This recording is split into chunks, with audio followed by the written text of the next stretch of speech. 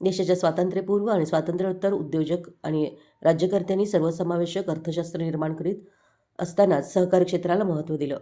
त्यामुळे समाजाची प्रगती झाली. पण सध्याची अर्थव्यवस्था ही सहकार क्षेत्राला हानिकारक बनली असल्यामुळे याचा गांभीर्याने विचार करणं काळाची गरज बनली आहे. सहकार महर्षी डॉक्टर अप्पासाहेब उर्फ सारे पाटील यांनी समाजवाद, सहकार, कृषी, शिक्षण यासह विविध क्षेत्रात अतुलनीय योगदान दिलं. यामुळे या परिसरातील समाजाची आदर्शवत प्रगती झाली, असे विचार ज्येष्ठ आंतरराष्ट्रीय भाषातज्ञ गणेश देवी यांनी व्यक्त केले. शिरोळ येथील श्री दत्त शेतकरी सहकारी साखर कारखान्याच्या कार्यस्थळावर आयोजित केलेल्या डॉक्टर अप्पासाहेब उर्फ सारे पाटील स्मृती पुरस्कार वितरण सोहळ्याचे प्रमुख पाहुणे म्हणून ते बोलत होते. माजी आमदार कल्लापण्णा अमनावर समारंभाच्या अध्यक्षस्थानी होते.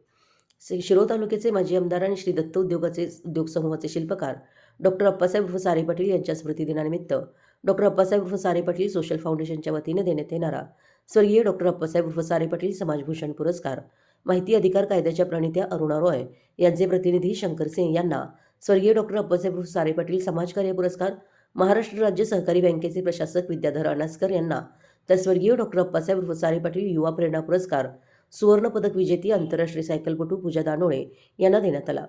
पुरस्कार प्राप्त सर्व मान्यवरांना प्रमुख पाहुण्यांच्या हस्ते मानाचा फेटा, सन्मानचिन्ह, मानपत्र आणि रोख रक्कम देऊन सन्मानित करण्यात आलं.